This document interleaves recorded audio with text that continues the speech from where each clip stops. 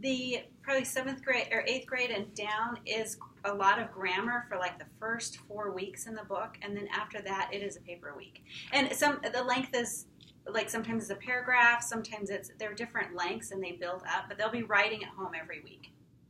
And then they'll be reading their papers in the class every week. And I tell you, when your kid reads it, then the next week when they're writing, you don't really have to make them do it because they want that paper to be good to go and read in front of their friends. It's such a beautiful thing. So do we need to supplement home with grammar, or will that be covered with the writing curriculum? So if you look online at this writing program, it says complete grammar and writing curriculum.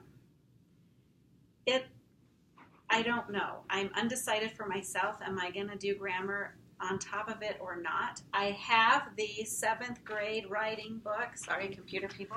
So I'll let you see it. But so I have the writing book, the 7th grade. So we're doing 7th and 8th grade all the same because it's really easy. It's just the difference between the two are kind of the writing topics. He gives you like 5 to like jump off and write a paper about. The topics are different. Other than that, no. So the 8th graders, we can just say your paragraph is 2 or 3 more sentences, or we can tweak it really easy. Same thing with high school. It's 10th grade. I've got a senior doing it. So Shirley's the teacher. She's just going to add on length because it's the same. It's just trying to teach with all the different questions coming at you, and it's just, yeah. So, okay, I'll let you look. You want to look? Yeah, but not right now. Okay, but here you go. It says, okay. And real quick for the little ones for writing, are they going to do the same way? Like K through 2 is going to do one thing, or have you decided the breakup for that yet? So I want to ask you guys, what do you want and what works for you? Because here's the deal: is high school is going to be the 10th grade, and all 4 subject grades are doing that 10th grade writing, and then 7th and 8th grade are doing the 7th grade, just because it was a better book than the 8th grade, and doing the 7th and 8th grade book. And then we have 5th and 6th grade boys, mostly 5th. Do we want to do a 5th grade book for those? But then we have 2, 3, and 4 in one, and the next class down. Do we do a 3rd grade book for all those? And then something different for K to 1. But then we've got families that have 1 in each grade. Do you guys just want to get the 3rd grade book and have whatever and work off that for your whole families? So that we just don't know. That's the questions. What? It's good questions. And so Writing. so I guess it's really between the 2nd and 6th graders, how do we do writing? And we've talked about it a bazillion ways and times, and we just don't know what's going to work best for the families with 1 in each group. It seems like you should be working off the same book if they're in the same class, I would say. Like 2nd through 4th should be working off the same book so that they're cohesive, but maybe not. I don't know how different the books are.